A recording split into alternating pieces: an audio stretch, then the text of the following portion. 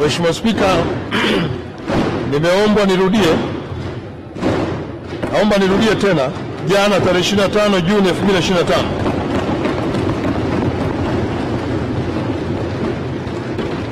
ulichezwa mchezo namba 184 wa ligi kuu ya NBC maarufu Kariakoo Derby kati ya Yanga na Simba katika dimba la Benjamin Mkapa maarufu kama Lupaso.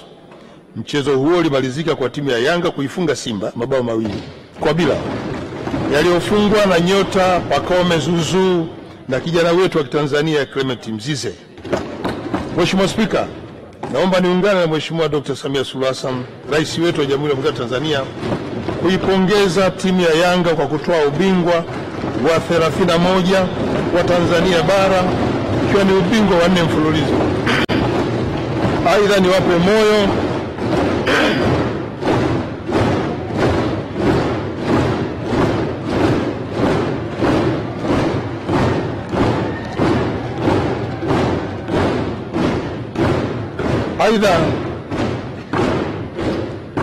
niwatie moyo klabu ya Simba kwa kuendelea kupambana mpaka mechi ya mwisho na kuongeza ladha ya timu yetu.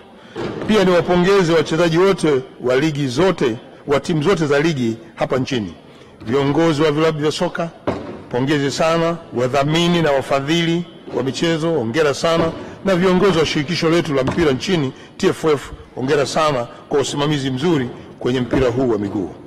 Mheshimiwa Spika, kwa upande mwingine nipongeze sana klabu ya Simba kwa hatua kubwa ya kutinga fainali katika kombe la shirikisho barani Afrika kwa msimu wa 2024-2025.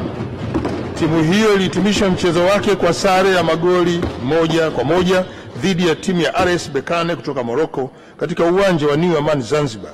Nazipongeza sana timu zetu za Yanga na Simba kwa hatua kubwa ambazo wamefikia, lakini pia naipongeza timu ya Azam FC ikifuatia kwa ubora na uwekezaji mzuri na viwango katika soka la hapa Tanzania. Mheshimiwa Spika, naomba nizungumzie maandalizi ya michezo ya CHAN na AFCON mwaka 2027. Mwaka huu 2025 Tanzania imepewa heshima kipekee kuwa mwenyeji wa michuano ya bingwa wa mataifa ya Afrika kwa wachezaji wa ligi za ndani CHAN